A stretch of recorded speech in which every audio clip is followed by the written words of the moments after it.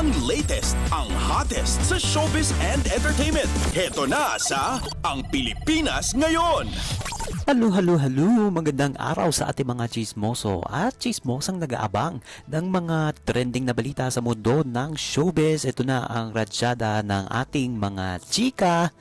Hinikayat ng Movie and Television Review and Classification Board o MTRCB ang mga Pilipino na suportahan at tangkilikin ng mga pelikulang kalahok sa 50th Metro Manila Film Festival 2024. Ayon kay MTRCB Chairperson and CEO Lala Soto Antonio, malaki ang partisipasyon ng MMFF bilang plataporma para sa mga direktor, producer, aktor at iba pang kasali sa industriya ng pelikula.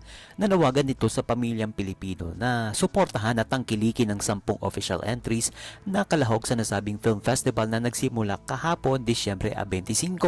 Binigyan din ng board ang malaking ambag ng mga lokal na pelikula pagdating sa pagpapakita ng kultura at pagiging malikain ng mga Pilipino. Ang MMFF ngayong taon ay sumasalamin daw sa iba't ibang tema at naratibo na pasok sa lahat ng klase ng manonood. Pito rito ay suwak para sa pamilyang Pilipino habang ang nalalabi ay para sa mga may edad na. At muling nagpaalala si Soto Antonio na chairman ng MTRCB ang malagang papel na ginagampanan o nagagampanan ng mga magulang at guardians para sa responsableng panonood ng mga bata. Ang latest, ang hottest sa showbiz and entertainment. Heto na sa Ang Pilipinas Ngayon. Sa iba pa natin chika for today, gusto rin ng kapuso drama king na si Dennis Trillo ang makapag-direct ng isang teleserye o pelikula kung may magbubukas na oportunidad. Sa guesting niya sa Fast Talk with Boy Abunda, natanong si Dennis kung bukas ba siya sa posibilidad na makapag-direct ng isang teleserye o pelikula. Sabi ni Dennis, quote and unquote, sana po, sana. And ayon pa sa kapuso actor, ang pagiging direktor, hindi lang daw siya basta maisip mo lang, gagawin mo yan agad. At pagdadagdag pa niya, marami na rin po kong na-consult na director, nagpapaturo sa kanila, nagpapa-recommend ng mga librong babasahin, and siguro walang ibang nakakaintindi ng trabaho ng director kundi mga artista din dahil yun ang nakikita nilang palagi. Ang lahat ng lead star ng Green Bones na entry sa Metro Manila Film Festival 2024. Samantala, showing na ang Green Bones mula sa direksyon ni Zig Dulay na siya ring nasa likod ng award-winning MMFF 2023 entry na Firefly sa lahat ng sinehan sa buong Pilipinas simula Disyembre 25.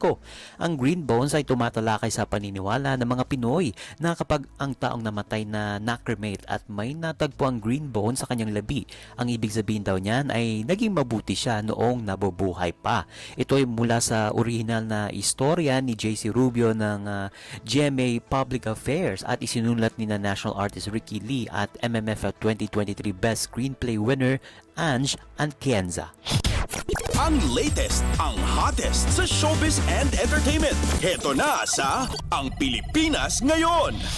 At sa uli natin chika for today, nilinaw ng Eat Bulaga main host na si Vic Soto na wala itong masamang tinapay sa GMA Network na dati naging tahanan ng kanilang noontime show ng mahigit 2 dekada. Sa isang online interview ni Tony Gonzaga kay Bossing Vic, may tampo lamang ito sa dating management ng show na Tape Incorporated kaugnay sa rebranding at restructuring plan ng naturang kumpanya para sa Eat Bulaga. Kasama na riyan ang suwestyon na palitan ang mga batikang host ng programa na sina Tito Soto, Vic at Joey De Leon o ang mas kilala sa tawag na TVJ.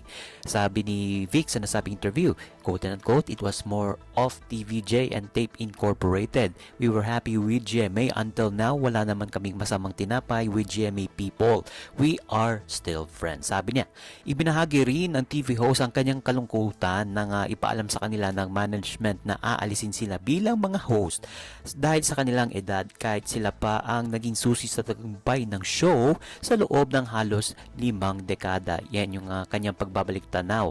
At sinabi rin ng TV host na sinubukan ng tape na bawiin ang kanilang desisyon ngunit nagsimula na sila makipag-usap sa ibang network, partikular sa TV5. Matatandang na noong May last year, inanunsyo ng TVJ ang kanilang pag-alis sa Tape Incorporated na nagdulot ng mass resignation ng iba pang mga pangunahing host at production staff. Pagkatapos nilang umalis, ipinagpatuloy ng Tape Incorporated ang kanilang bagong bersyon ng Eat Bulaga na may mga bago ring set of hosts sports.